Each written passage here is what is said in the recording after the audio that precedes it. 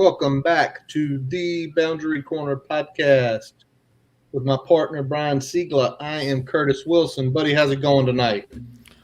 I'm good, man. I'm good for uh, a night where we don't really have any major topics to cover. We got a full slate of stuff to talk about, so I'm ready to go. How was your day? It was a long day, man. I tell you, a long day from watching, from work in general, where something popped up in the middle of the day that was unexpected. And I was fearful that I was going to have to work till like 5 o'clock. But luckily, I put the hammer down, got it done, didn't have to work over.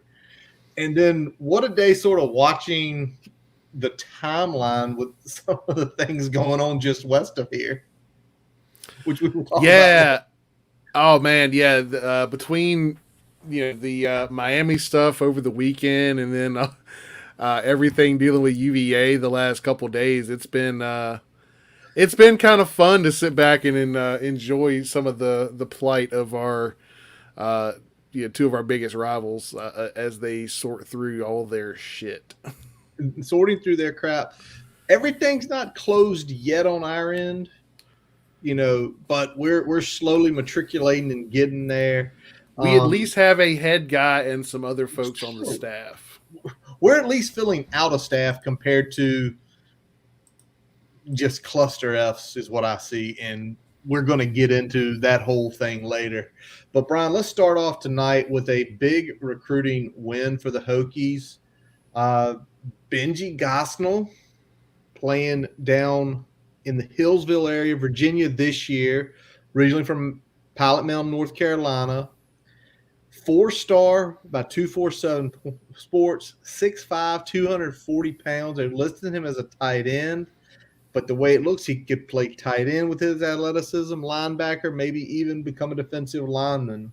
What do you think of this pickup, especially when it felt like just about a week ago he was getting ready to head down to North Carolina and probably commit there? Brent Pry, J.C. Price, and the new staff jump in, get him to commit. What do you think of him and then the commitment itself?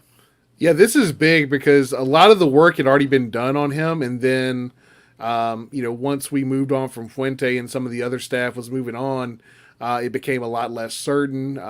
He was kind of waffling, looking at UNC, but locked it up once the new staff got in place, so that was big. And I think it's good. It's another piece that's kind of, we're going to wait and see where he ends up falling in terms of position. But overall, I like the pickup, and it helps a class that was already shaping up pretty good. Yeah.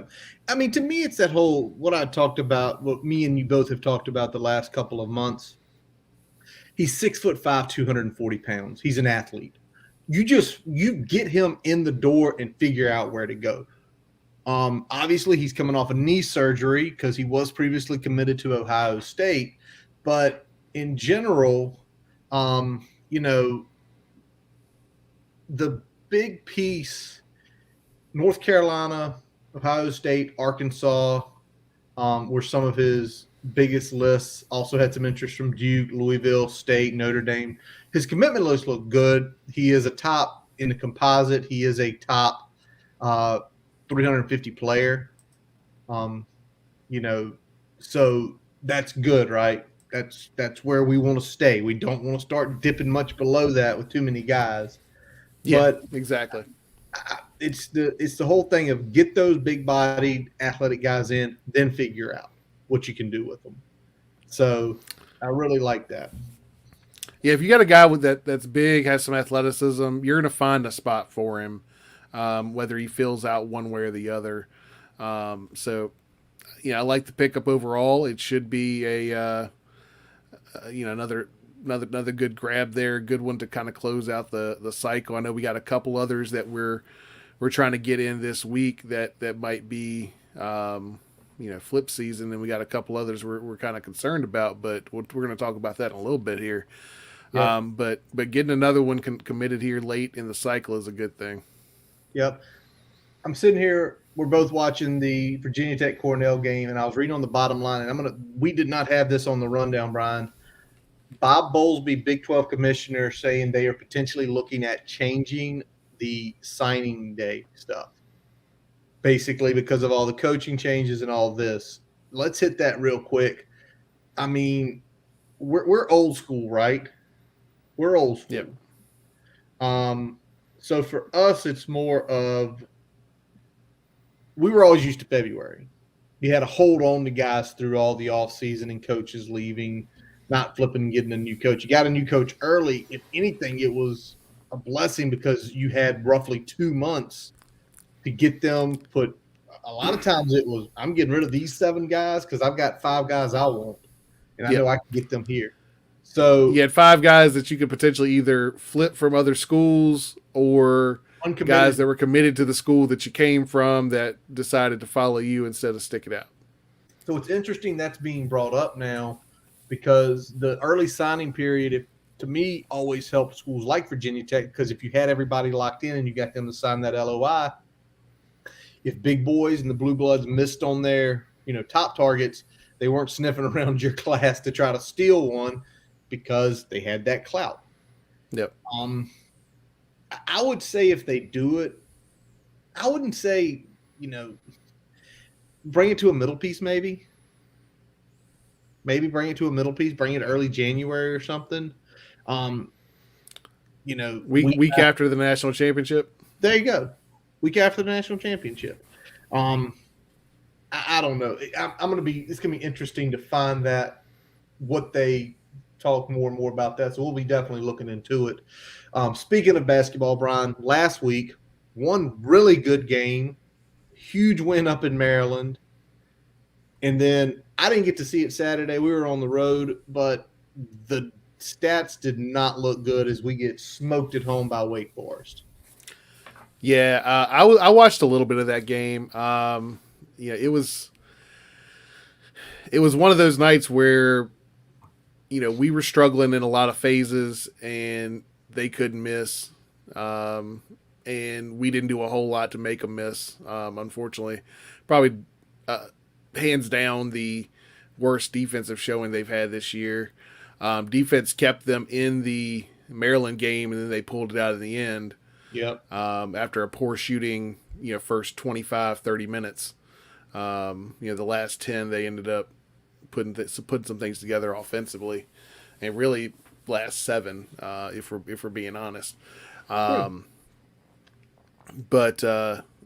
Wake Forest was just kind of a front to back.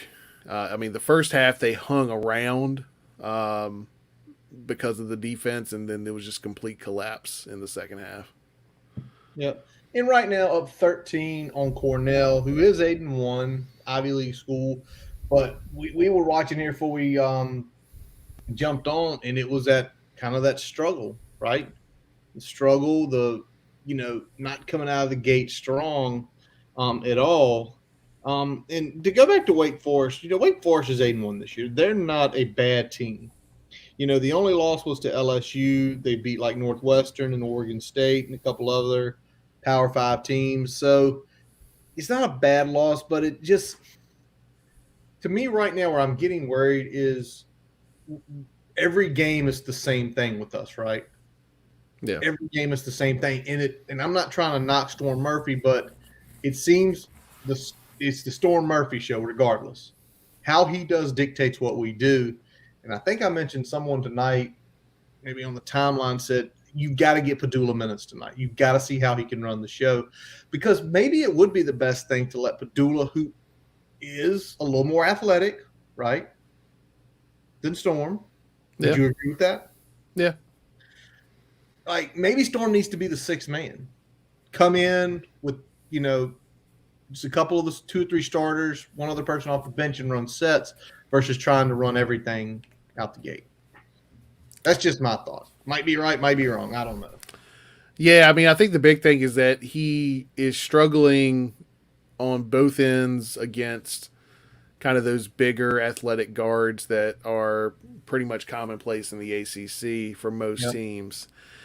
And the other piece of it is that until really tonight, and I think a game like Cornell coming after games against Maryland and Wake Forest is probably a good thing for Storm because he can work his way back into his shot, because he wasn't trusting his shot really the last 3 or 4 games. True. And that's really kind of trickled over into other areas of the game, because you can overlook some of the deficiencies in his game if he's dropping 10 a night. Yeah, you can. But if he's only making, if he's 1 for 6 from the field with 2 to 4 points, that's not worth the trade off that you had. Going with someone with some of his limited skill set, from an athleticism standpoint, from a size standpoint. Yep, very true. All right, let's roll on. Talk about Hokies wrestling. A couple weeks ago, the loss to Ohio State, a top 10 team, literally lost in the last match. That's what swung it. Go out to Mizzou and beat number 18 Northern Iowa, and then beat number 3 Mizzou in the last match. I mean, it looks like we're going to be another top 10 team, and it's kind of crazy. I didn't get to watch much of that, but I followed the Twitter. First of all, the Hokies Wrestling Twitter is worth a follow. Whoever runs that account tries to give as much detail as they can. They try to pull clips in there when things happen. So if you're not able to watch it, because of not having ACC Network or ACC Extra, or if it's not able to be televised, they're really good about, documenting what's happening. Yep. But looks like we're another top 10 team. It's going to probably be really cool when Friday Wrestling's in January and February. I don't know. It's just great to have another sport to pay attention to during football all season. Yeah, it's like you said with the Twitter follow, they do a really great job of breaking it down, explaining the situation, getting clips in there. So it's really easy to follow, especially if you don't have access to watch it live. It'd be awesome to be able to get to see some of this in person.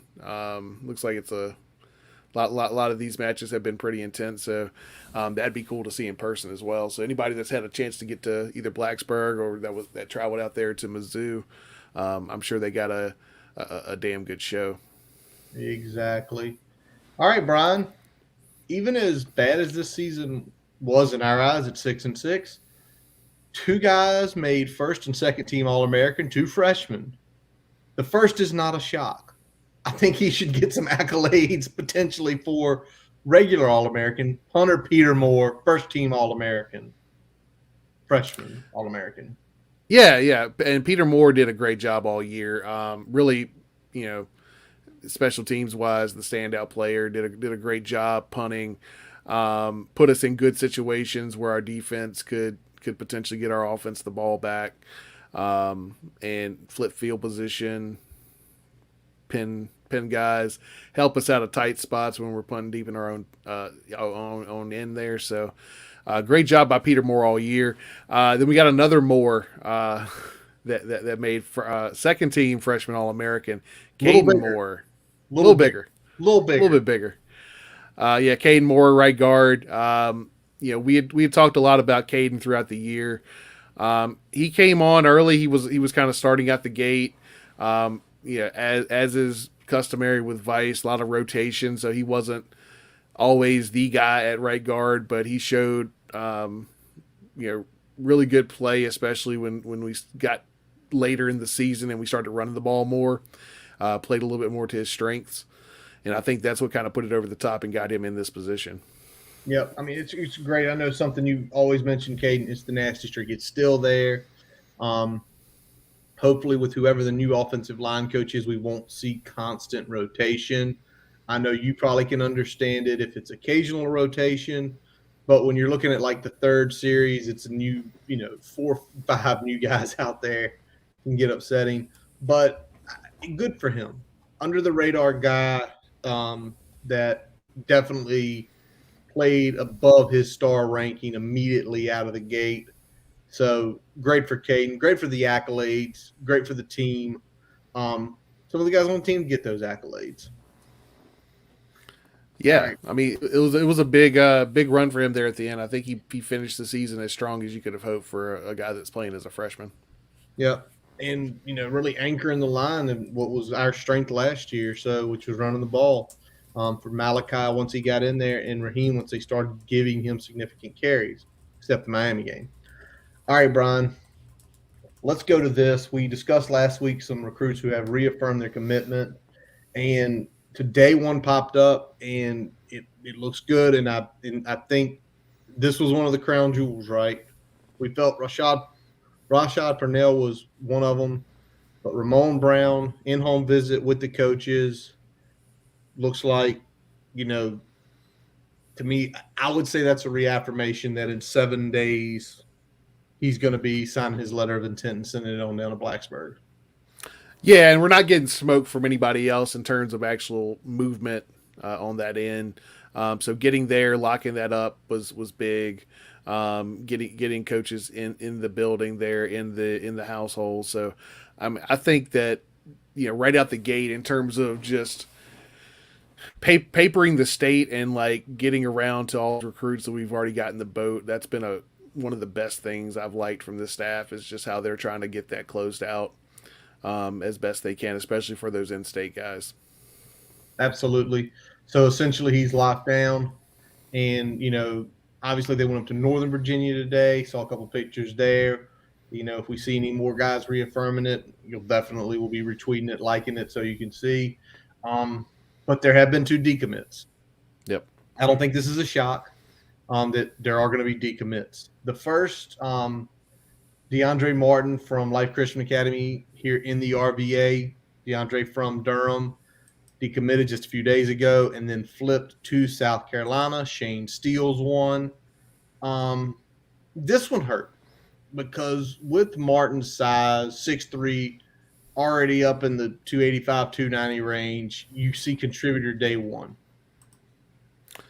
Yeah, I think that was the big thing that hurt from that perspective. He's somebody that, as thin as we are on the defensive line, he could have been in that kind of third group probably year one, and then pressed higher as things went along there. So that one hurts more than some of the others that we've seen lately, just because of it being a need position, especially with Jordan Williams moving on.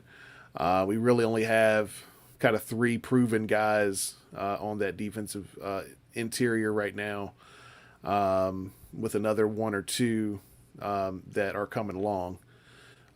So he would have probably stepped in immediately, had that kind of 5th or 6th spot in that rotation.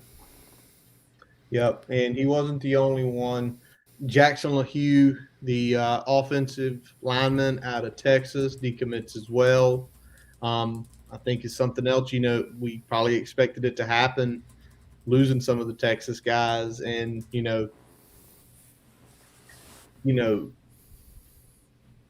it's not a shock. I mean, you liked his tape, you like some of the stuff he did, but again, it wasn't one of the crown jewels. It's just a solid piece. Yeah, it's a solid piece. It's a piece that what the thing for me is that it was a need position. The other thing is that while it was a need position, finding a guy in the rating range of a Jackson LaHue in Virginia in the region probably wouldn't be a hard grab, or grabbing someone in the portal. And I think initially out the gate, I'm more concerned about having a solid starting 5 going into 22 than I am about necessarily backfilling for the future. Yep. And Jackson wasn't going to be a guy that was going to see any sort of rotational duties in 2022. So that's one I'm okay punting on.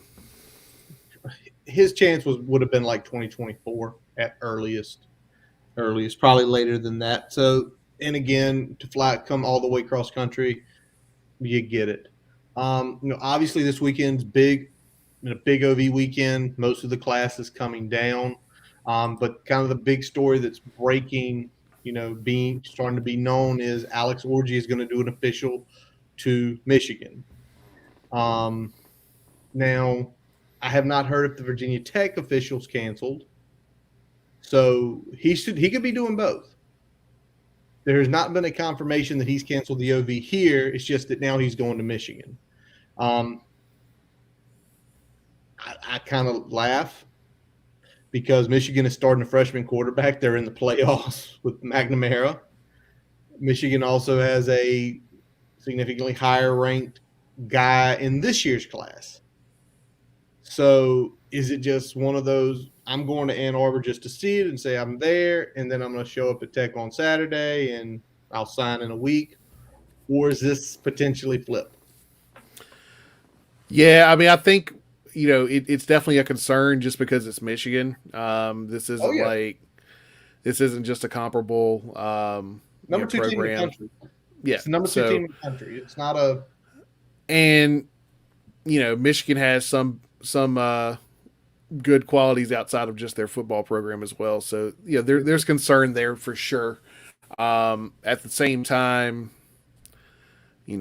he hasn't decommitted yet. So I think the problem that we're having right now is that we need to get some more movement on an offensive staff because it would be a little bit easier to lock up these high caliber offensive players if you kind of knew what we were working with on that side of the ball.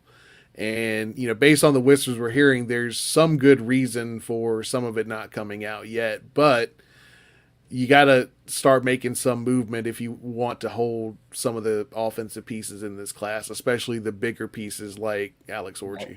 Yeah, like Alex Orji.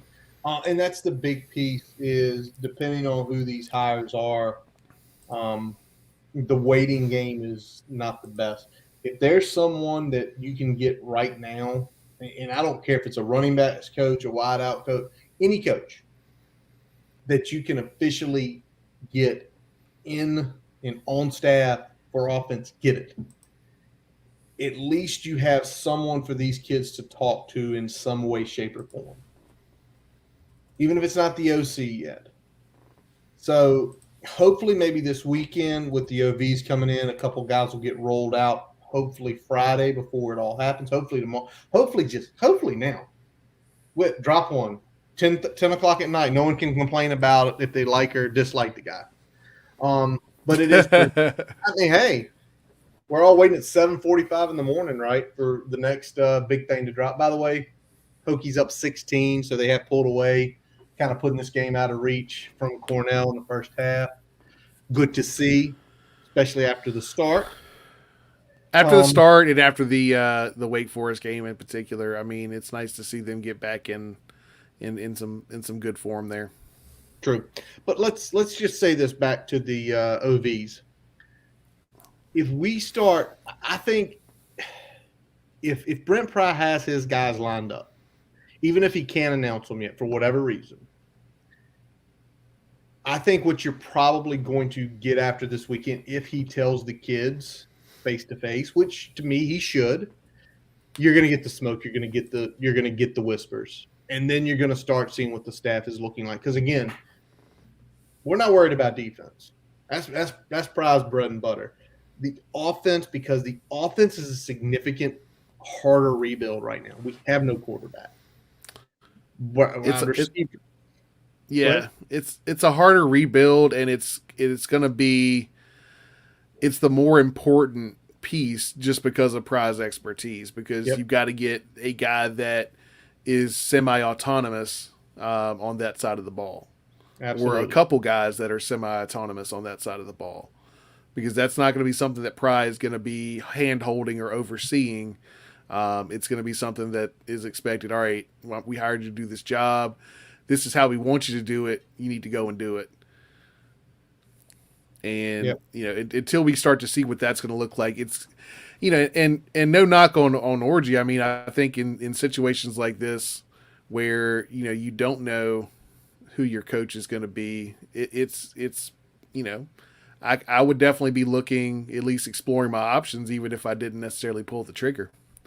Yeah, because if he gets a name he doesn't like, then it's an easy, well, I've got now an option. So you get it. So it is what it is. But as of right now, still committed to the Hokies. Brian, last week we talked about obviously J.C. Price, Christian Prelude retained.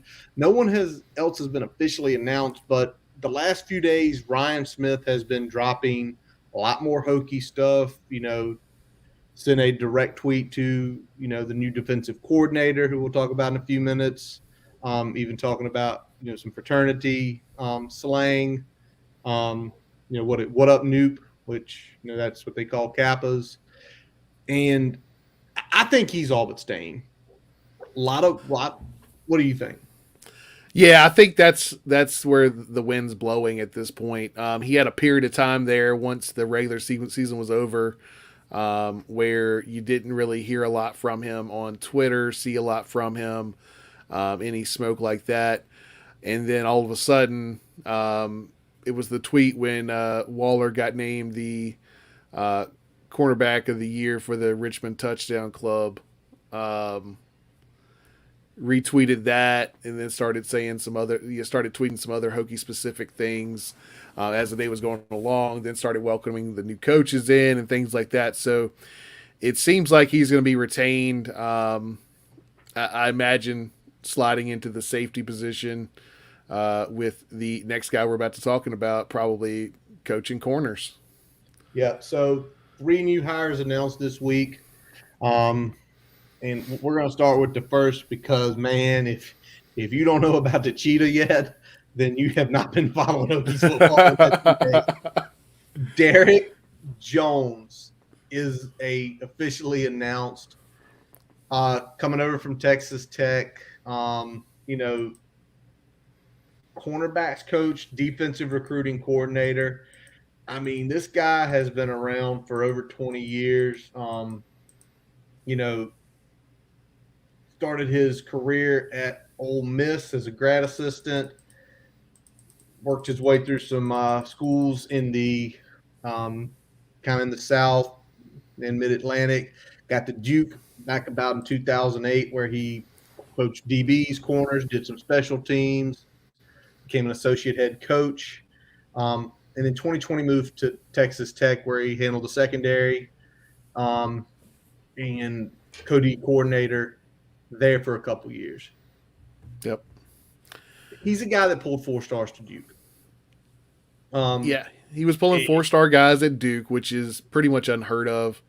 It is.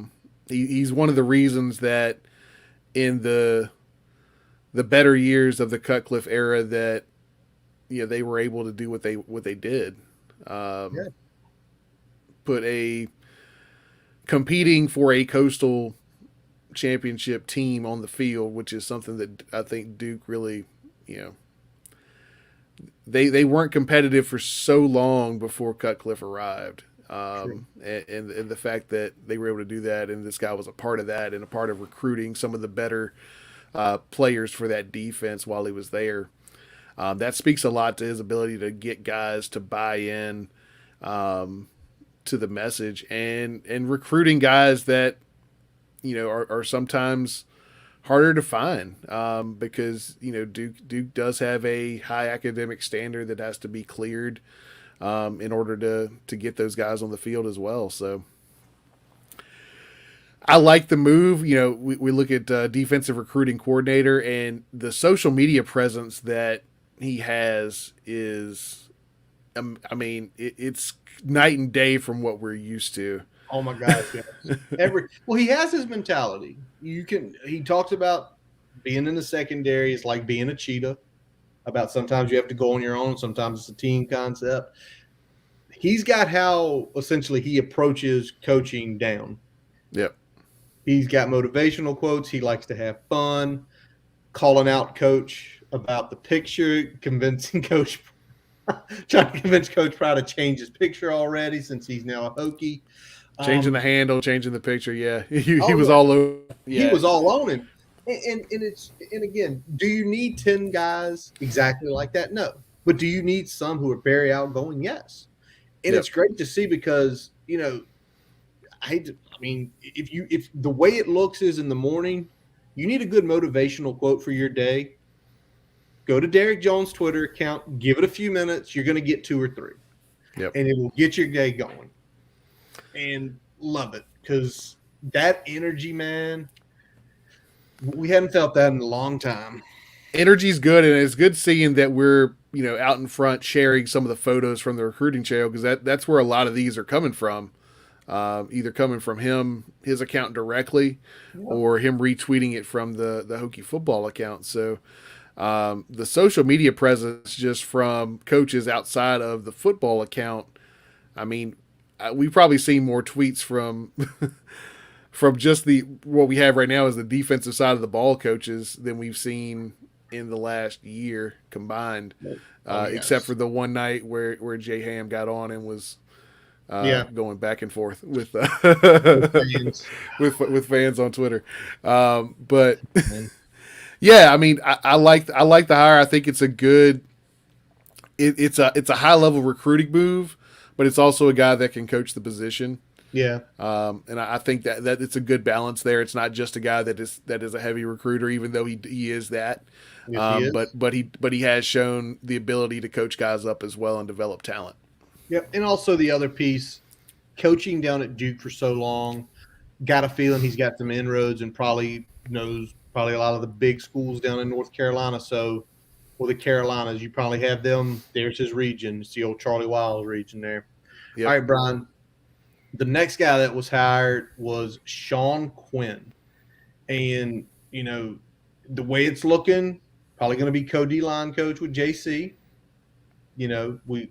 We speculated on that for a couple of days there until the last hire was made. But not at a lot of big places. But when we get to the last piece is really the piece that I want everybody to listen to. So coach down at Tennessee as a grad assistant in 99 and 2001, coached the offensive line and special teams, spent 5 years with Pry at ULL as a defensive line coach.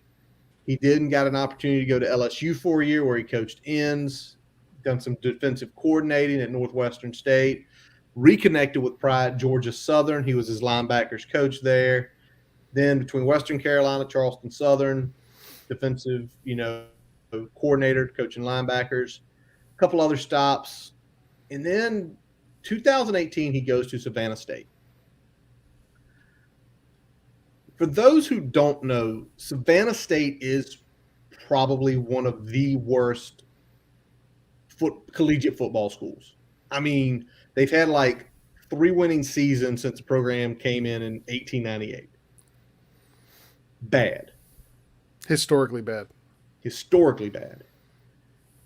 This guy goes down there, becomes defensive coordinator, then becomes the head coach and defensive coordinator. His first season as defensive head coach, his first season as head coach, they went 8-2.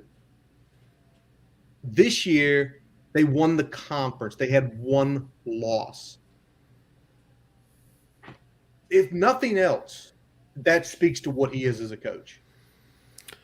Yeah, and I mean, there's definitely some layers to that. The biggest one being is that apparently he was just taking the state salary to coach there. He wasn't getting any sort of supplemental pay to be the head coach there. So this is a guy that is a coach's coach. He cares about coaching. He cares about getting guys to achieve the goals that they want to achieve and get them to where they want to be. Not someone that's hung up on the money part of it or all those things. So this is a guy in the trenches, doing all the right things, but also a guy that knows his shit and can communicate that and get guys to follow him. So I think that's a big thing for me with Quinn. Obviously, not a ton of Power 5 recruiting experience, but you're getting guys to come to these schools and show out and show up, and I think that's big. So probably this is more of a developmental type coach, a guy that can get the most out of players that come in at the position. But it doesn't seem like he would be a liability on the recruiting front at all. No, and I'm going to go back the records. I did look at the records. 7-3 in 2019, and this year I lost it. 8-2 this year. Gotcha. Either way, for that university, 15-3 in 2 seasons is just impressive. Also, let's again start thinking about where he's been at: Savannah State, Georgia, Georgia Southern, Charleston Southern, Western Carolina, Tennessee Tech. He's been in that Georgia corridor. And I say being at Savannah State for the last 3-4 years, again, it's a state we go into. It's one of our supplemental states, right? It's in our footprint. Yep. Again, you got a feeling recruiting at Georgia Southern as their RC, he probably knows the coaches down there. So it's that same old that we talk about.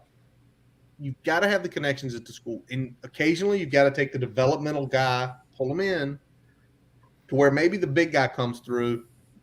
And even though he might not come, he starts giving you a look. So I think he's our Georgia guy. I don't know about Florida, but it'll be interesting.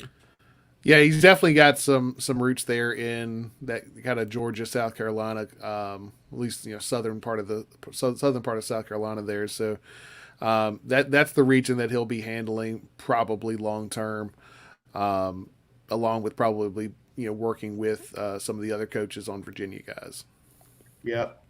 Now, finally, we were all kind of wondering: are we going to have co-DCs? Are we going to have a defensive coordinator? Are we going to have run? Well, that was answered. Chris Marv is hired. He is going to be the DC. He's going to be the linebacker coach here. And Brian, we looked at his biography. He's 32 years old, which is wild. Yep. It will make him one of the youngest defensive coordinators in the country. He's only been coaching since 2014, where he started at his alma mater, Vanderbilt, as a quality control coach for defense. Got a GA as an outside linebackers and inside linebackers for 3 years. It was when Derek Mason was there. So although Derek Mason did not have the success there he wanted, Derek Mason's a very good defensive coach. Don't let that pass you by. Plus, who'd he play for? Pry.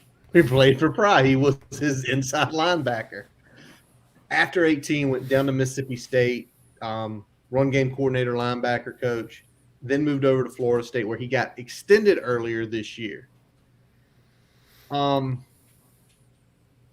do you think of him right now? I mean, he's 32 years old, Brian. I mean, that's just holy moly. Yeah, this is definitely like up and comer.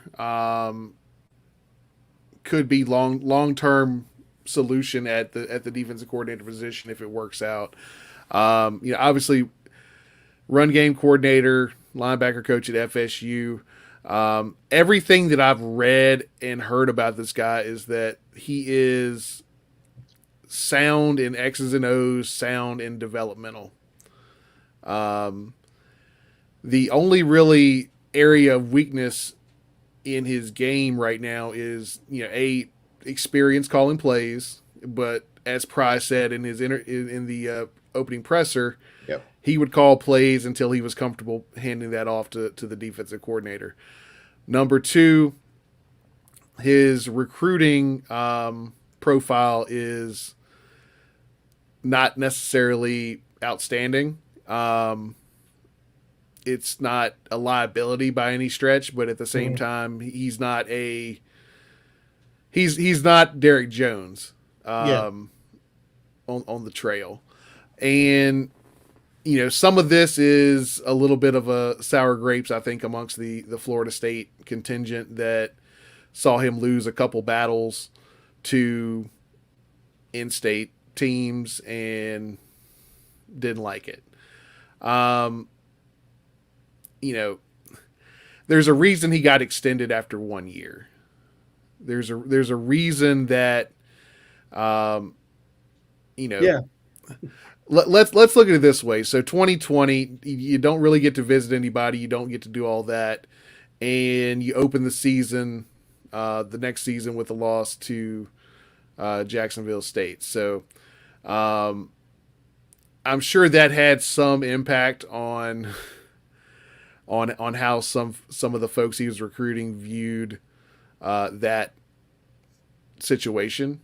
Yeah. At the same time, he's not winning battles that are potentially winnable. So on the recruiting front, I'm not sure what we got, but when we look back at Bud Foster was not a good recruiter. No. Historically, he didn't really start recruiting heavily until the latter portion of his career. Yeah, he was pretty much, I'm the coordinator. I call the plays. And I think we're getting a little bit of a similar type mold. A little bit even younger than Bud was when he first got the tap there, but Yep. I'm a net positive on this hire. I am too. I think the upside is greater than any drawbacks that we Yep. can look at here. Yep. And one of the bigger upside is his two biggest commits ever were Alston Orgy and Anthony Orgy. Big brother to Alex Orgy. So if nothing else, him coming in there. And like you mentioned, I mean, the guy was on in the last, since about 2017, 30 under 30, top 40 under 40. He's been on those lists. He had some guys drafted pretty high that he mentored.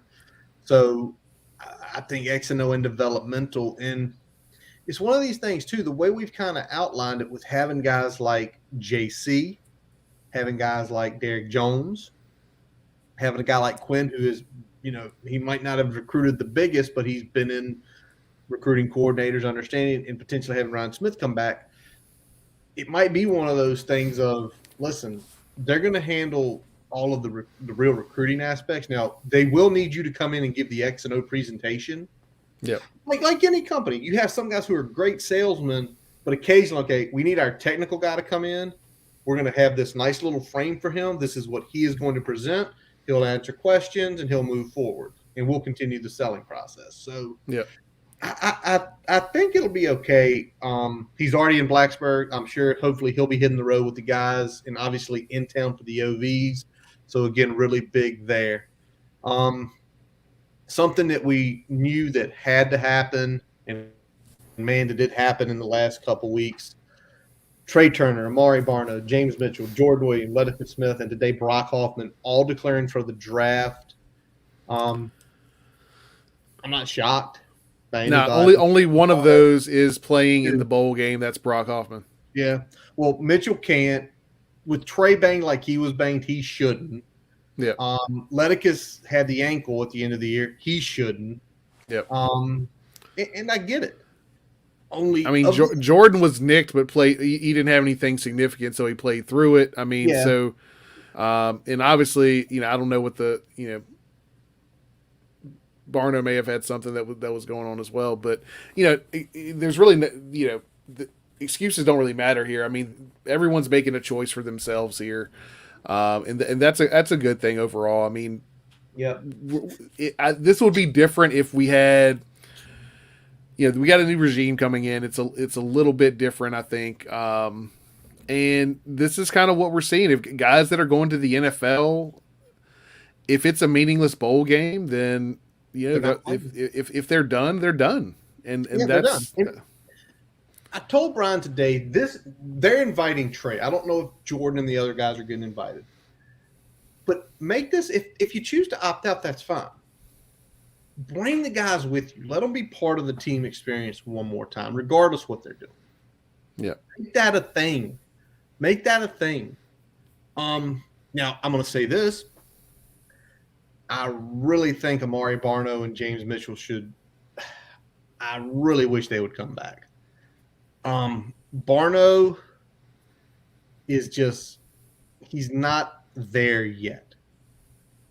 It's going to have to be. I heard I was chatting with somebody, and he could go third round, or he could not be drafted. He could be a project. The NFL isn't doing projects as much anymore in the first 3 to 5 rounds, or the first 5 rounds. Yeah, they're looking for guys. Listen, you got to be a play. They're looking for guys that at least have a rotational role year one. Yeah. 6 and 7s are still some developmental, but there's only 64 to 70 picks usually with supplement. Yeah. It's not a lot of guys you're looking at going free agency.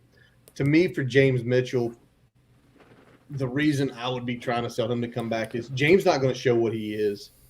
Me and Brian were kind of doing the timeline.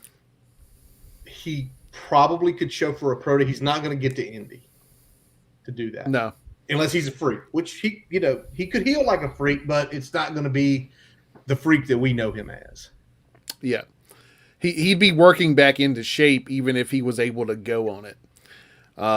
And whereas everybody else is getting most of December and all of January and part of February to gear up. Yeah. So at best, he's going to have a week, maybe two. Yep. And that's if he can make Indy. He has a better shot at making a pro day. Yes. And getting a show out there.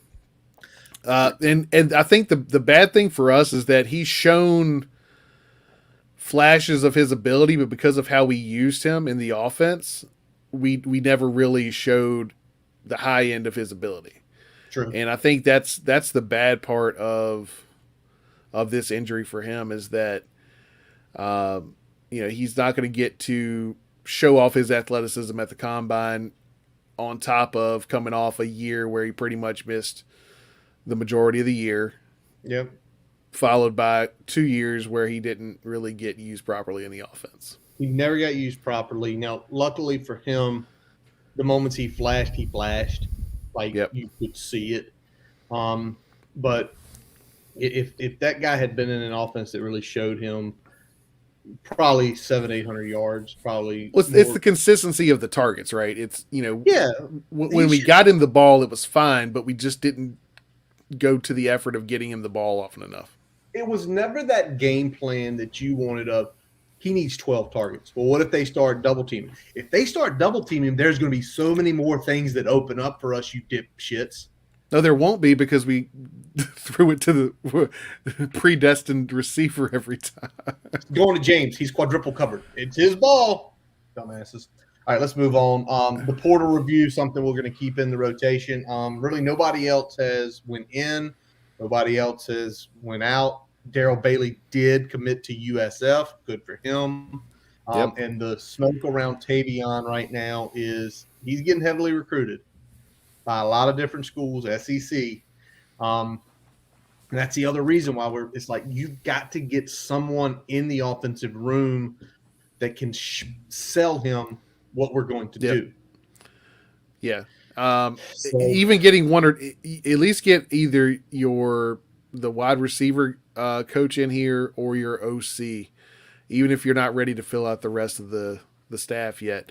And I know some of this is timing with other pieces, and that's a big thing. But you don't want to keep sitting on your hands on the offensive side while a guy like Tavion Robinson dips, because it's one thing if you lose Alex Orji. It's another thing if you start losing some of the other younger offensive pieces on this team to the transfer portal, because that just makes your job this offseason all the more harder trying to find other guys to replace them.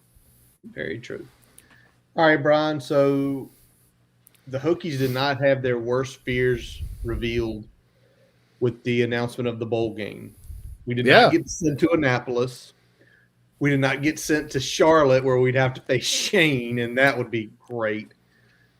But they get sent to the Pinstripe Bowl at Yankee Stadium in New York City to face an old familiar foe in the Maryland Terrapins. How do you feel about the matchup? I know 2 weeks from tonight we're going to do our in-depth episode, but how do you feel about it so far? Does it matter? Because I haven't seen their opt-out list. I'm sure they've got just as many. I think it's going to be different for us just because we're going through a coaching change. We will probably see a little bit more attrition because we're going to see probably a handful of guys hit the portal and have the opt-outs on an already somewhat thin roster that we kind of put a Band-Aid on to finish the season. So that's really my concern at this point, is making sure that we can get a good team out there. Win or lose, I want to see a lot of youth hit the field. I want to see what they can do in a game against a solid caliber opponent.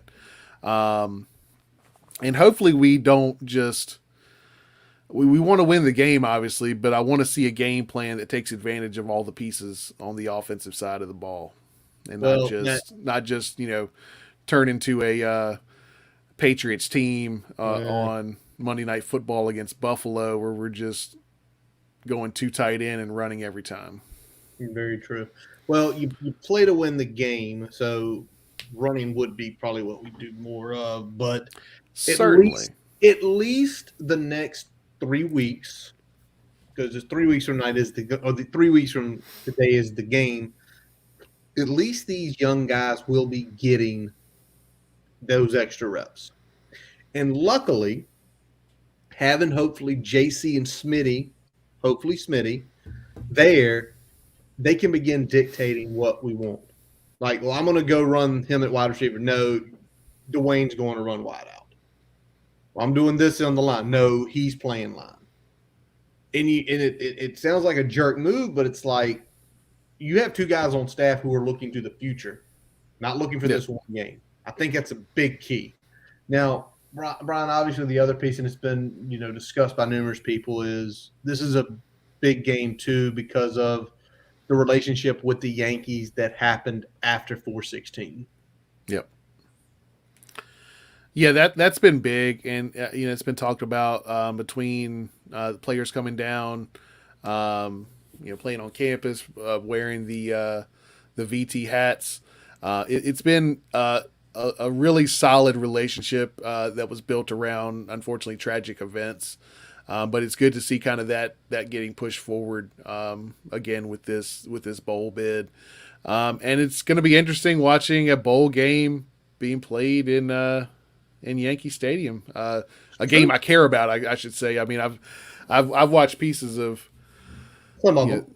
Yeah, some of them before, but it's the mid-afternoon game, which I'm actually kind of looking forward to because we're the 2:15 game that day. That's one of those. That's like for us we're going to be off that week. That's like one of those like really prime spots. It's like it's after lunch, but it's going to end before dinner. Yep. So that really good window of this is the greatest time to have a game because I'm gonna probably be watching the game and packing shit because if you guys see the boxes behind me here, I'm packing my house because I'm moving in the next couple months. So be on the lookout. Sometime later this off season, you're going to see me in a new room recording these bad boys. So yes, he is. All right, now guys, we've got some more stuff to look at. We're going to be looking at. Obviously, we're going to be picking some of the early bowl games. We're going to be talking about other coaching changes, the impacts on the country as a whole, and the CFP after we take a quick pause with a message from our digital partners. As we take a quick break, we'd like to tell you about getting your free website report from our digital partner, Grassroots Digital Marketing Studio. They'll tell you how your website ranks on Google, on-site SEO, and social media. No commitment to buy anything. You can get your free report by visiting grassrootsdigitalstudio.com/free-website-report. Now back to the episode. All right, Brian, let's start and look at the college football playoff. Obviously, this weekend, Michigan, Alabama, Cincinnati win to stay in. The committee keeps Georgia in at 12-1. Let's talk about these matchups. Let's talk about just high level Bama, Cincinnati. Is this going to be a game, or do you think the Bama we saw Saturday shows up and potentially steamroll Cincy? So my concern, obviously, with any game that Bama's in is the amount of time that Saban has to prepare for it. So national title, all bets are off because there's only so much he can do in advance. Games like this, Fickle's going to have his hands full. I think you're probably going to see Bama playing on offense and defense with the same type of play you saw against Georgia. I don't know if Cincy's going to be able to match that. They might be able to slow down Bama's offense, but I don't know if they're going to be able to score enough points. Yeah, I mean, essentially, Nick's got 26 days to prep for it. Now, Yep. here's the only thing I will say, and why you give them a puncher's chance. This isn't the Alabama of last year on offense. They've stumbled at times. This isn't the defense of the mid 2010s when they were holding people to 8 points a game. They've been scored on. Even Georgia scored on them with a really pedestrian quarterback and just kind of a ho-hum offense. Cincy is going to have to take some super high risks, though. I mean, 4th and 2 at your own 35. Yeah, we're going for it. All right. Yep.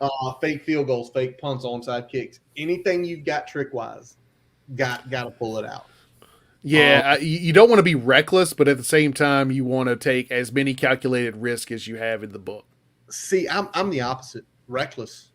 Why not be reckless? No one's giving you a shot. If you take 7 or 8 really reckless plays and you hit on 2, it could be a momentum swing. Yeah, but if you play Stupid. cautiously, you can't play stupid. You don't want to. I mean, you don't want to essentially treat it like, when you're playing Madden and you're like, all right, well, it's 4th and 12 on my own 38. I'm going for it. I know what to do here. I've got the perfect play call. It's the same play call I had on 3rd down. It's just going to work this time. I had the perfect play call, and I held X too long and I overthrew it. What about the other game, Brian? Michigan, Georgia. What do you feel on that one? That's going to be a battle. I think it's Michigan's game to lose, though. I think that unless Georgia is going to give JT a shot while they're preparing for this game, and at least have that in their pocket, it's a game that Georgia's going to need Stetson Bennett to win it, and I don't think he can do it. No. So, yeah, I like Michigan early, but it depends on what we start hearing out of that Georgia practice session. Where I think that, well, if JT comes back, that's fine, but that's going to be his first live game. And I mean, the defensive line of Michigan is SEC. I think the defensive line is personally better than Bama's this year. And Bama had such success. I think the linebacking core isn't as good as, was Will Anderson, who's a freaking TFL machine. Probably should be in New York City Saturday, but he isn't. That would be your worry, right? First live game action in like 2 months is going to be against that elite unit. Where I fear is going to happen is Michigan's going to – this is going to be one of those like 17 games late. And it's like whoever makes just one blunder, that's the game. They're both good defensively. Michigan clearly has a strength running the ball. That is Georgia's defensive strength. I look forward to watching that game. All these games are on New Year's Eve, which let's just hark this. If the Rose Bowl wants to be at 5, I think what they've got to do is just say New Year's Day, if the Rose Bowl is not the game, we're going to put one kicking at 1. We're picking one kicking at 8:30. And just sandwich the Rose Bowl in there, make the Rose Bowl look stupid, because they're essentially the reason everything's not on New Year's Day at 4 and 7. They are caring more about tradition than, I mean, no one's saying you can't have the parade when you want to have the damn parade. Just play the fucking game at a different time. Well, the thing is, the parade could happen the day of, and you could do a night game on New Year's Eve. Yeah. And an 8:00 kick, where the whole country would be watching. What we got to talk about, Brian. The one other thing, Brian's 12 here. So, Brian, the remaining of the top 12, in this year it works perfect because all the Power 5 teams are in. We have a G group of 5 team in, right? Yep. So here are your matchups. First of all, let me ask this. The top 4 teams this year, do you feel that any of the teams 5 through 12 could beat them? Yeah. Yeah. I'm with that this year. I think Yeah, there's I mean, there's really, I mean, we saw that Georgia's fallible. Bama's been fallible. Michigan's Um, fallible. yeah, I mean, if we're looking at quality of losses, and I mean, Georgia and Michigan probably have the best losses, Uh-huh. and those are probably the only two teams that you would say, all right, well, they, based on their whole resume, are a step ahead of where everybody else is. Yep. Yep. All right. So here would be the matchups, Brian, if we went through the 5 through 12. Notre Dame Pitt. That would be a clash of two styles. The Notre Dame defense against the Pitt's offense. 6-11 Ohio State, Utah, same way. A clash of two styles, offense versus defense. A rock fight that would be Baylor and Michigan State. Yep. Take the under. If that thing was, it would probably be like 43.5. Take the under. I don't think anybody's getting to 40. And then contrasting style, and I think we're getting this one. Ole Miss, Oklahoma State. That's the Sugar Bowl this year, right? I believe you're right. Yeah. I have to go check. But intriguing matchups, if intriguing venues. And there's one other thing, Brian, that I think this would make you happier, right?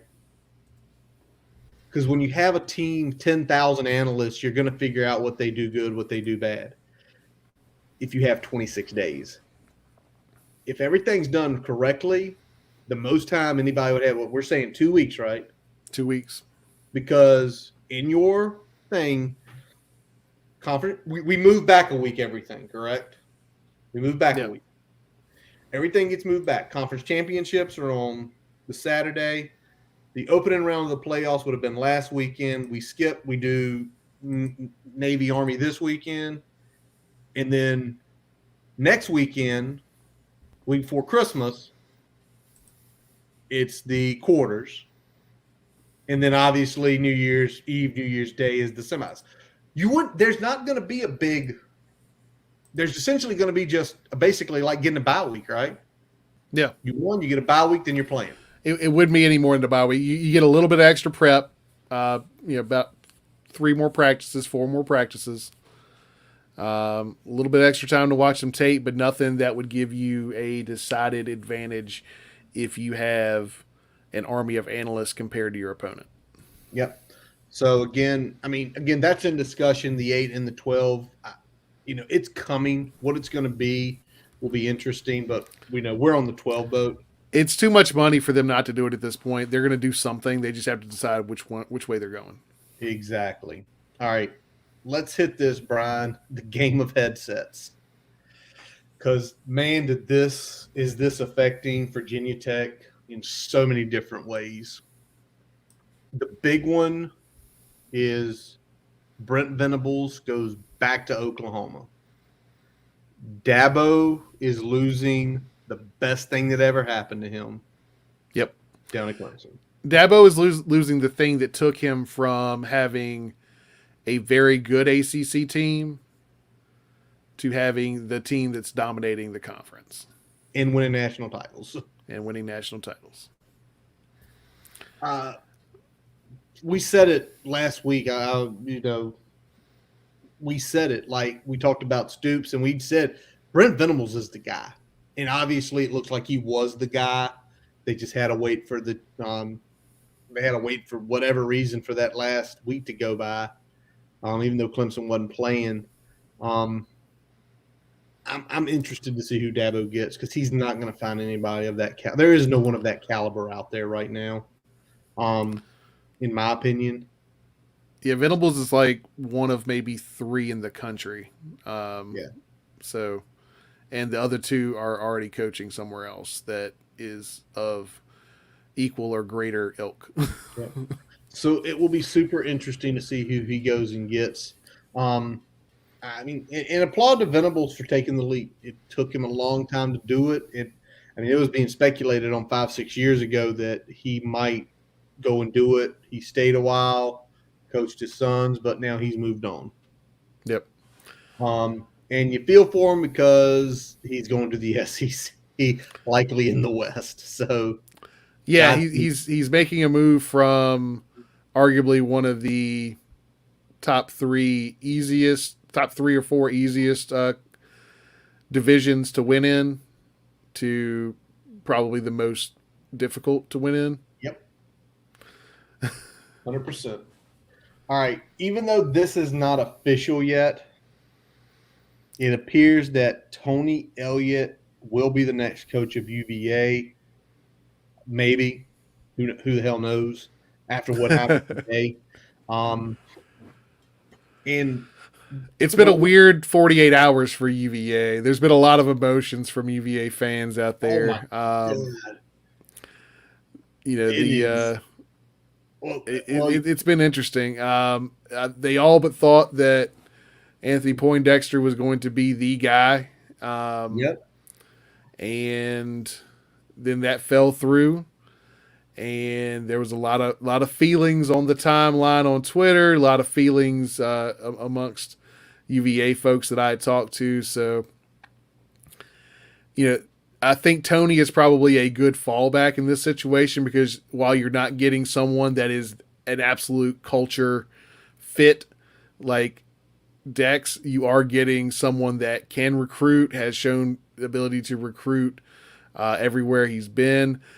What you're looking at, though, is that we talked about it when we did our breakdown. Is that Tony's never coached outside South Carolina, never been a head coach. What's that going to look like?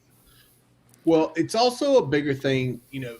He was one of the guys we looked at and we thought last year would be a great fit for Tech. We still thought he'd be a good fit for Tech this year. Because we're a football culture. We're spending money on football facilities, upgrading, putting more money into the coaching staff. Yep. UVA's not. And no.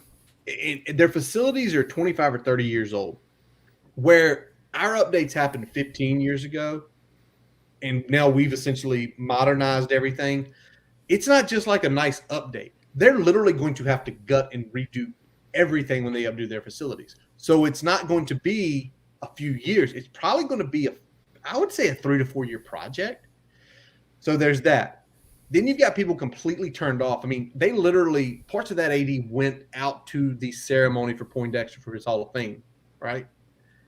Yep. And they just left him and did not hire him. Which, that's going to rub a lot. There's probably some big money donors that are just going to be like, boop. The donors were ready to open their wallets for facilities if Dex was the man. I don't know if they're still open with Tony out there. I think again it's probably a good hire for them, but I think the way it went down with Dex leaves a bad taste in folks' mouths, and you don't quite have the swell of enthusiasm behind it that you would have gotten with Dex, just because, I mean, Dex was the perfect culture fit. Guy from the Welsh era, guy that can get them back to a defensive-minded approach. Mm-hmm.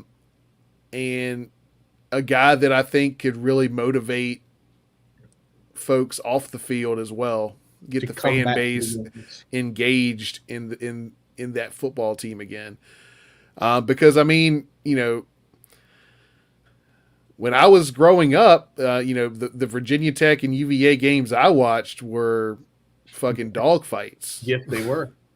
I mean, and they were dog fights with, even when it was at Scott Stadium, there was a lot of people in the fans. Now, it wasn't ever a Lane Stadium atmosphere, but it wasn't what everyone's been talking about the last 20, 25 years. Yeah, the issue is, the thing about why you thought Poindexter was perfect is the most competitive the Commonwealth Cup had ever been in modern age was during those 90s when he was on some of those teams. Yep. It's kind of funny because we also look back and we think about Brent Pry was part of 95, the Drunken Miller.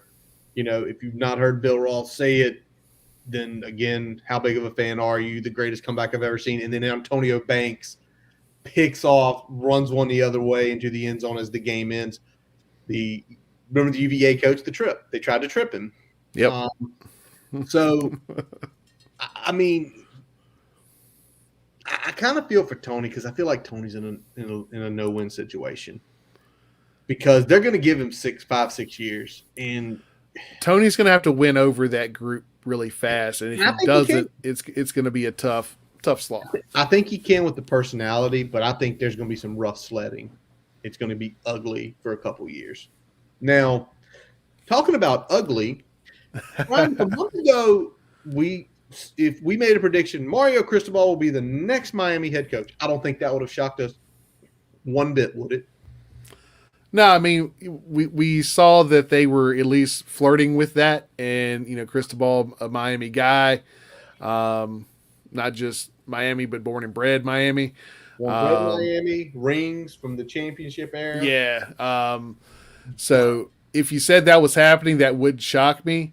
If you said they would pretty much offer the job while they were still having Manny go into recruits' houses to recruit, I would have said, what the fuck are they doing? Shit show. Shit show. I mean, it's cool that you want to hire Cristobal, but as soon as you were getting those contract talks with him, you have to pull guys off the road. Yeah, the season's over. It's not like the season's still going on. Like once the season's over, I mean, get rid of his ass. Well, yeah, and I mean, yeah, I know everyone's like, well, Manny pulled this shit with Temple. Yeah, he did, and that is what it is. You could crucify Manny for that and still say it's fucked up to do it now in this situation. But hold on, the whole thing with Manny though doing that is Manny left under the assumption Rick was staying. He went out. He found his first head coaching job, right? Yeah. Rick pulls out of nowhere. Oh, health reasons, I'm leaving. Well, shit. Because I have a feeling if Manny had been told that 10 days prior, I don't think Manny would have ever attempted to get the Temple job. This on the other hand, I agree, but you still had 7 players sign on to Temple in the interim. It's true. Okay, so the whole thing about this is the second they had Cristobal potentially signing, they should at least, you want to keep the assistants on the road, that's fine. He might potentially keep somebody on staff. You at least pull Manny off the road. Like, listen, you need to come back. Why? Yeah. Well, because you're not going to have a job tomorrow morning. You do what we did, essentially find that 1 or 2 guys that you're probably going to retain, and you send them out on the road. Exactly. But clearly Miami is all in because it announced today, it was reported over the weekend. Clemson AD Dan Regnasich, I think that's how you pronounce his name, is going there from Clemson. So he is a Miami graduate. So again, back home. But we kind of look, DC gone, OC gone, AD gone. Dabo is if Dabo is a really good coach, we're about to find out. We're going to find out. If he is a really good guy at evaluating who his coaches are, we're going to find out. Because, even with the struggles this year of Tony Elliott, finishing somehow below us in total offense, I'm still trying to figure that out with all the talent there. It's an empty room, and now he's a little bit behind because of how everything goes down. Now, I'm sure he was given days notice of, both Tony and Brent leaving, but it's something that he has not had to do in a long ass time. Yeah. Hasn't had to do in a long time, and is somewhat behind some of the other competition in filling some of these spots. I mean, we beat him out in filling out most of our defensive roster. I know not necessarily the guys we're targeting were some of the guys he'd be targeting, but it's going to be interesting because, I mean, we still don't know. I mean, do we know how many folks are following Brent to Oklahoma? We don't know how many folks from Clemson's offense are following Tony. There's still a lot of pieces to kind of fall into place. So Dabo's going to have some work to do, and Dabo had a quote today that doesn't bode well for him adapting to what he's facing right now. Can you read that real quick? I read it earlier, but I don't want to do it verbatim Hang on, let me locate it here. because it's ugly. Let me locate it here. Efforting. Efforting. All right. Dabo Swinney on whether college football was in a good place with NIL money flowing through the sport. No. College football is not in a good place for a lot of reasons. There's a lot of change going on, and I think some unintended consequences with that. Well, let's see. The players are benefiting, right? Yep. The players are benefiting. The players are benefiting that when they get sucked into a school that's not their fit, they're benefiting. It seems like the only person not benefiting is someone like Dabo Swinney. We are fans are benefiting, correct? We're benefiting. We're seeing potentially a 12-team playoff where we feel our team has a chance to get in. Yep. Which hurts Clemson. Everything he's talking about is it's Clemson specific.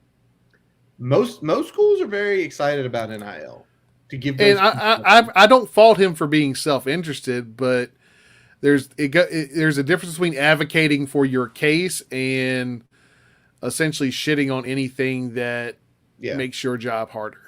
Guess what? Some of us need to learn how to read a room. Yeah. I mean, like right now, at this point, you got to, if you're not on board with NIL and if you're not on board with how to take advantage of the transfer portal, then you're going to get left behind at some point. You're lucky that you've got the talent and that you've had the horses and that you've had the coaches to keep you at the top more or less through the early days of this, but it's only going to get, deeper in here. You got to adapt or die. And the church money is not the only money in the game anymore. And we will move on after that statement. I've seen nothing on Oregon yet. It's a really good job, whoever lands there. I'm sure that'll break probably sometime this week with everything happened with them. But Oregon's had to do this a couple times over the last few years. They've ended up okay. They've been poached like 3 times in the last few years. They've landed on their feet every time. I think with the money that Nike pours into it and all the donors in that area, they tend to, and the fact that the Pac-12 overall has just been more or less down. They've been competitive in their conference every year, and they've been in an up year. They've been fighting for a playoff spot. So, yep. I don't think that changes much. They might take a little bit of a step back with Lincoln Riley at USC. They got another horse in the West Coast to compete for recruits now. So that'll be interesting. But Oregon's never had to go they never really went toe to toe hardcore with USC, even in the good years, and we're still competitive. So, yep. We'll see if they continue that trend. Exactly. Duke, Will Healy, Jason Garrett, Mike Houston. Chadwell. Well, I don't know. I don't think Chadwell. You don't think Chadwell's a fit at Duke? I don't think he's a fit there. Duke will figure out something. I mean, you feel for whoever walks into that to go into Cut's shadow, but they're down, and the thing is, it's going to take them a long time to get back up unless it's the right perfect fit. And today, more musical chairs. The Louisville AD is headed down to FSU. Yeah, really interesting. Yeah, the ACC is just swapping ADs apparently. Yep. And I think I don't know. Obviously, the track record is, I can't remember how long he's been there, but it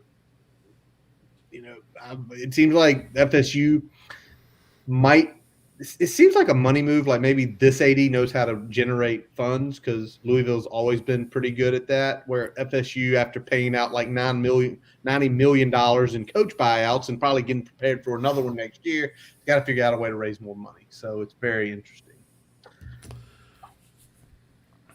All right, Brian. Yeah, it's going to be interesting to see if this is going to be something that helps FSU. Um, they've never had a problem with getting money into their program, but when you're, as you said, when you're pouring out money for buyouts and things like that, at some point the well starts to run a little dry, right? Yep, exactly. Eventually it has to. I mean, Lord have mercy. All right, Brian. Let's get to pick'ems. We've got one more Saturday pick'em, and then we're going to start our bowl pick'ems. For the year, I'm still trying to figure this out.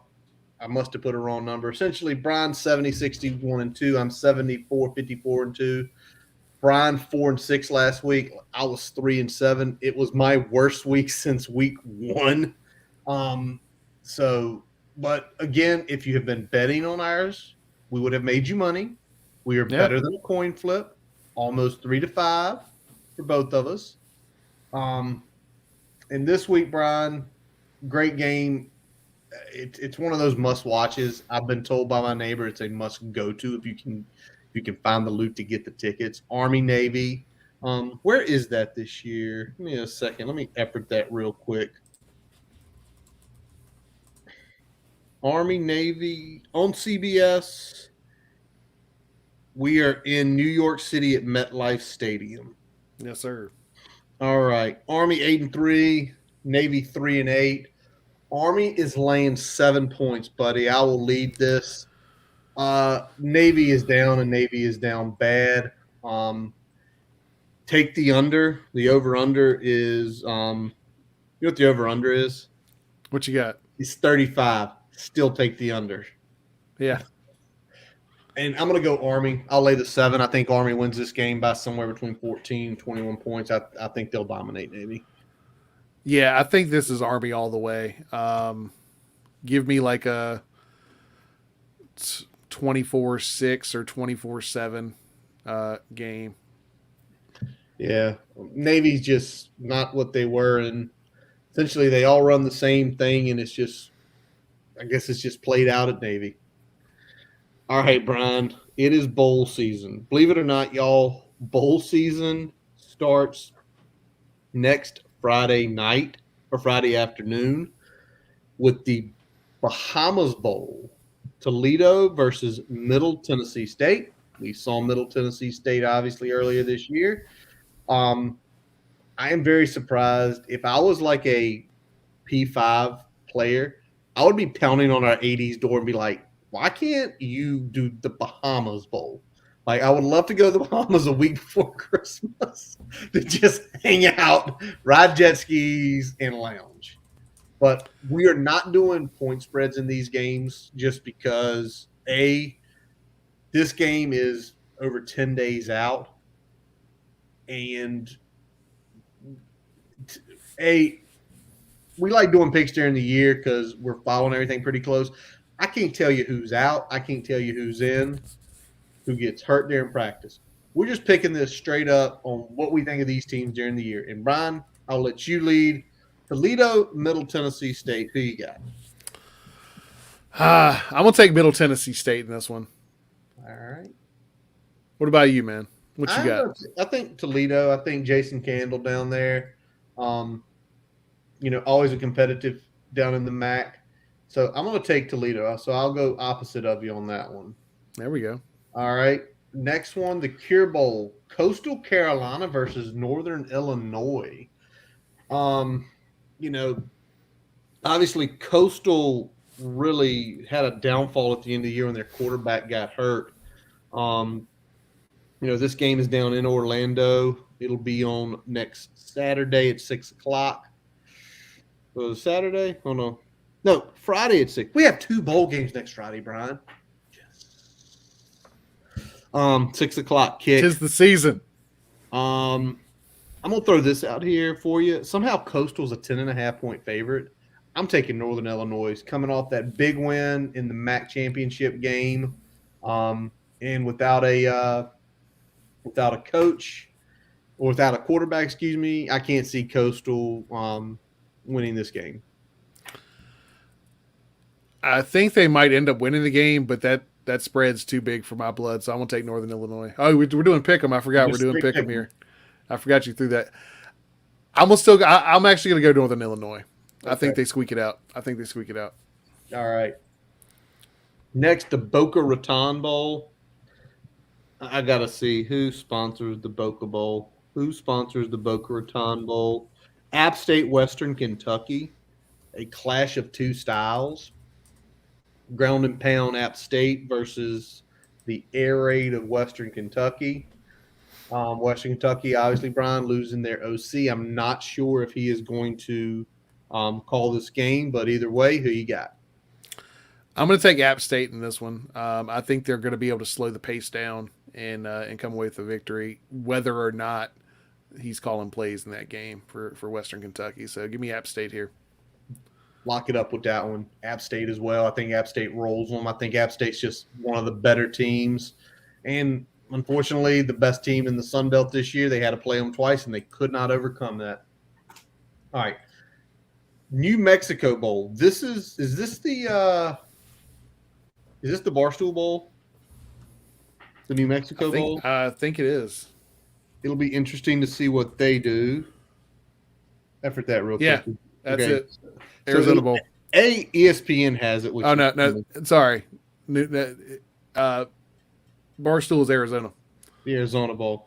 The Yep. New Mexico Bowl, UTEP versus Fresno State. Fresno State, obviously, their head coach just took the job at Washington. But I don't think that matters. I think Fresno State is significantly more talented than UTEP. So give me Fresno State to I think Fresno State wins big. Yeah, Fresno State rolls this one. It's just too much talent compared to UTEP. With or without the coach, I think they're going to get things going and get it done. All right. This is an interesting game. And Independence Bowl, a bowl that will always be on a lot of Hokies' hearts for numerous reasons. UAB versus BYU, Brian. UAB 8-4, BYU ranked 13th, just out of the potential 12-team playoff picture at 10-2. Big story on this one. Kalani Sitake was rumored that he was going to be interviewing at Oregon at some point this week. UAB, from basically they undertakered this thing. They were buried and they came back alive, and they've been winning and going to bowls since that program got reinstated. So what do you say on this one, Brian? I think coach or no, we're looking at a Fresno State situation. I think BYU takes care of business. I think if they don't have their coach, it's going to be closer than I think a lot of people think. But I still like BYU to pull it out. Yeah, I'm with you on that. Couple of the losses for UAB this year. They lost to Liberty, lost to Rice, lost to a good UTSA team close. But I think BYU just has more talent. In regard with what Kalani Sitake does, whether he takes the Oregon job or not, I think they're just too talented. All right. The Lending Tree Bowl, Eastern Michigan versus Liberty. We'll say on no, I got this one, right, Brian? Yeah, you're leading on this one. Let's see. Where's the Lending Tree Bowl? There's my first thing I got to know. Lending Tree Bowl is in Mobile, Alabama. Eastern Michigan out of the MAC. Let me just see a couple things here. I'm going to take Liberty. Okay. Well, you know what? Trusting the freeze? I'll take Hugh Freeze. Whether Malik Willis is playing or not, I think Hugh will have a good enough game plan to beat a MAC team, regardless who his quarterback is. Okay. I'm going to go opposite you on this one. Give me Eastern Michigan. You looked up Willis isn't playing, is he? There's still some doubts he'll play, so I'm gonna ride with that he doesn't. So give me Eastern Michigan. All right. Next one, and I think of all these opening games we've got, this one and the one that we're going to talk about in a few minutes here are the two most interesting games. Oregon State, Utah State. Oregon State, which was a dumpster fire for so many years, is now a solid Pac-12 program. The coach out there, I forget his freaking name, and I'm going to find it just because that guy deserves a shout out. So I'm efforting this because sometimes you just got to mention somebody's name. Jonathan Smith. That guy deserves all the credit in the world for turning them into a competitive team. Because for about Yeah. 5 years that they were dumpster fire, and Utah State with Blake Anderson, if you don't know the Blake Anderson story, his wife passed of cancer. They shocked V and Brian both they beat San Diego State. I don't think that was shocking. They beat the dog shit out of San Diego State. I mean, they pounded them. So on this game, Brian, Utah State or Oregon State?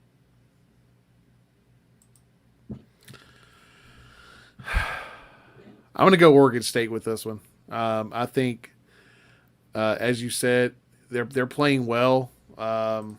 Jonathan Smith has them playing really well out there at Oregon State. I think there's just going to be too much. I think they pull it out.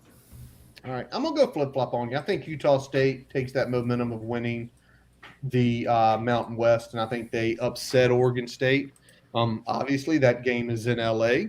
I'm interested to see exactly what Jimmy Kimmel's going to do with it. It'll be really cool to see. All right, Brian. Oh man, 1A and 1B teams playing each other. ULL, Marshall, in the New Orleans Bowl. Obviously, Billy Napier's gone now. By the way, Billy Napier really started off great with that interview, or his first press conference, where, hey, stars don't matter. We evaluate players. No. No. It's not necessarily that's a bad message, but it's tone deaf considering why they got rid of Mullen. Exactly. Marshall probably played their worst game of the season against Western Kentucky, their last game.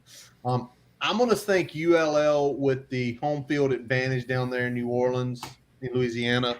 They win this game. Yeah, I'm with you. Okay. Yeah. All right. Brian's with me here.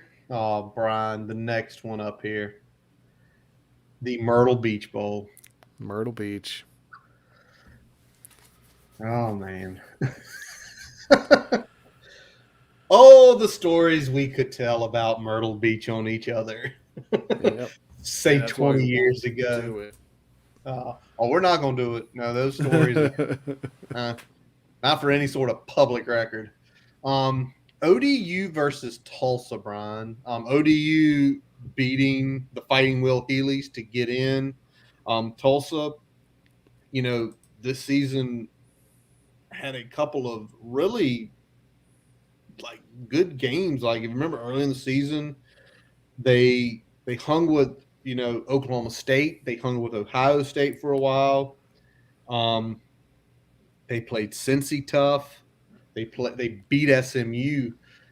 So in this game, I mean, as much as I want to pull for somebody in my home state, I think Tulsa wins. I think Tulsa actually has a good squad. They just played 4 really good teams this year, and instead of having like a 9-3 record, they look like a 500 team. I don't think they're that. Yeah, I'm actually with you. ODU, I mean, ODU's a great story with what they've been able to do this year. 5 in a row. Yeah. Great in the season. But I think Tulsa just has more talent right now, and they're playing better. So I think Tulsa pulls it out. All right, we're both going Tulsa there. The Potato Bowl, Wyoming versus Kent State. This will be, where is the Potato Bowl? Is it still up in Boise? Is it on the blue turf? Tuesday the 21st at 3:30. So work early that day. Yep, still at Boise. All right, Brian, who you say on this one? Kent State, led by that crazy offense, or Wyoming? I'm taking the offense. I'm taking Kent State. I I think they'll pull it out. I think they'll score too many points for Wyoming. Yep, I'm with you on that. Um, unless things change, in the next few weeks here, but I don't see that. All right, here's the other of the early bowls, probably one of the most unique matchups: San Diego State versus UTSA. This is the Frisco Bowl, so it's down in Texas. Um, this is tough. I love San Diego State this year. I watched a couple of their games. Brady Hoke has them going. But the way they looked in that championship game, it was almost like maybe he had gotten a phone call that he was going to get hired somewhere and he forgot how to play. And then UTSA in that shootout against Western Kentucky, holding on for the last second. I'm going to take the old high school football coach. I'm going to say UTSA wins this game. Yeah, I'm going with Texas San Antonio as well. All right. I think it's going to be a tight one, though, but I think UTSA has found ways to win most of the year. I think they're going to find another way to win.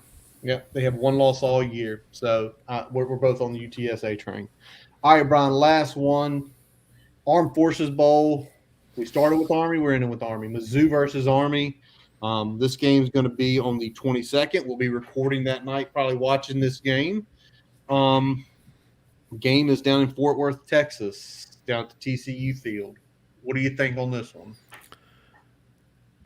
I think Army pulls it out. I think Army slows the game down and they pull it out. All right. I'm going to go flip-flop and go opposite of you. I think Mizzou takes this. Mizzou, solid defensive team. But it's the whole preparation. They essentially are getting 3 weeks to prepare for this game, which always hurts the option. So I'm going to go there. So we got all our stuff locked in for the first part of bowl season. We show up on the 22nd. We will pick the remaining of games, including the college football playoffs. But next week, a little promotion here. Next week is going to be a state of the program episode. We kind of did one of these last year. We had Dr. Jeremy Counts from Main Street Pharmacy in Blacksburg join us. Jeremy's joining us again. But this year, Brian, we are bringing on an extra guest.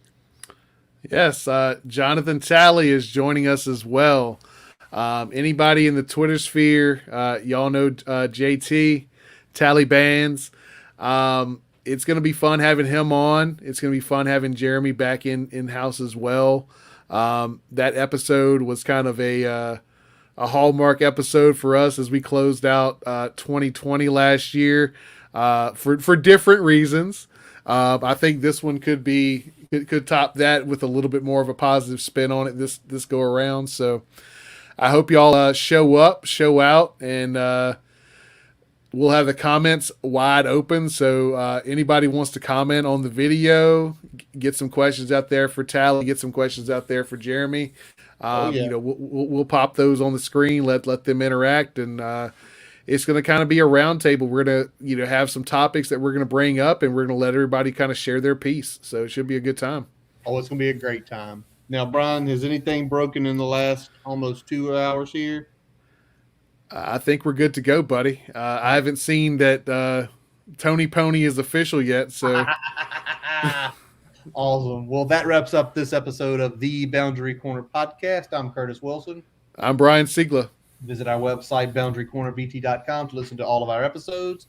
While you're there, don't forget to follow us on Twitter, Facebook, Instagram. Subscribe to our YouTube account and your favorite podcast source, Spotify, Amazon, and Apple Music. As always, we let our buddy Jason Long play us in, play us out. Catch him on Spotify and Apple Music. We thank you for listening. And as always, let's go. Hokies.